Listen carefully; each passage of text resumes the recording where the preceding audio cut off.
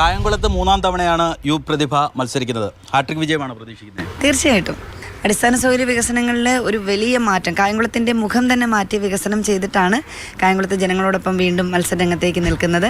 ഞങ്ങളെല്ലാവരും ഒന്നിച്ച് തന്നെയാണ്. കാരണം കർമ്മം കൊണ്ട് കായംകുളംകാരിയായി മാറിയിട്ട് എനിക്കൊരു പക്ഷേ ഒത്തിരി സ്നേഹബന്ധങ്ങളും ചേർത്ത് പിടിക്കലും ഒക്കെ കിട്ടിയിട്ടുള്ള സ്ഥലമാണ്. ഇപ്പം വലിയ ഉത്തരവാദിത്തമാണ് നമ്മുടെ പാർട്ടി ഏൽപ്പിച്ചിരിക്കുന്നത്. വലിയ ഉത്തരവാദിത്തമാണ്.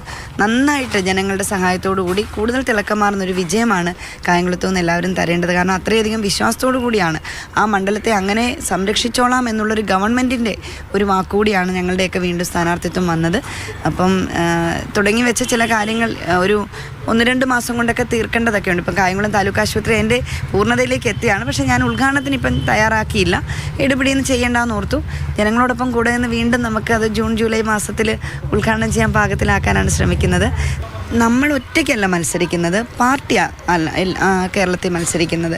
ഇടതുപക്ഷ ജനാധിപത്യ മുന്നണിയാണ് മത്സരിക്കുന്നത്. കെട്ടുറപ്പോടാണ് ഇടതുപക്ഷം. നിങ്ങൾ സ്ഥാനാർത്ഥി ഡിക്ലറേഷൻ തന്നെ കണ്ടില്ലേ, എത്ര ഭംഗിയായിട്ടാണ് ഇന്നലെ വൈകുന്നേരം ഇലക്ഷൻ കമ്മീഷൻ തീയതി പ്രഖ്യാപിച്ച തൊട്ടുപുറകെ പാർട്ടി സെക്രട്ടറി LDF സംവിധാനത്തിൻ്റെ കെട്ടുറപ്പോടെ വന്ന് സ്ഥാനാർത്ഥികളെ പ്രഖ്യാപിച്ചത്. എല്ലാവരും അത് പറഞ്ഞു. എത്ര ഭംഗിയായിട്ടാണ് ആ കൃത്യനിർവഹണമൊക്കെ ചെയ്യുന്നത്. അപ്പം ഇവിടെ പാർട്ടി ശക്തമാണ്. ഒരാളും തനിച്ചല്ല മത്സരിക്കുന്നത്. കൂടുതൽ വീര്യമായിരിക്കും ആലപ്പുഴയിൽ ഇത്തവണ തെരഞ്ഞെടുപ്പിനെന്നാണ് ഞാൻ പ്രതീക്ഷിക്കുന്നത്. കാരണം പാർട്ടി സിറ്റിംഗ് MLAസിന് എല്ലാവരെയും ആ ഉത്തരവാദിത്വം ഏറ്റെടുപ്പിച്ചിരിക്കുകയാണ്. ഗവൺമെൻറ് മുഖ്യമന്ത്രി ആ ഉത്തരവാദിത്വം ഏറ്റെടുപ്പിച്ചിരിക്കുകയാണ്. അപ്പം ഗവൺമെൻറ്റിൻ്റെയും പാർട്ടിയുടെയും യോജിച്ചുള്ള ഉത്തരവാദിത്തമാണ് ഇത്തവണ ഞങ്ങൾ താഴെത്തട്ടിൽ എല്ലാവരും ഏറ്റെടുക്കാനായിട്ട് സഖാക്കൾ തീരുമാനിച്ചിരിക്കുന്നത്. നല്ല വിജയമായിരിക്കും.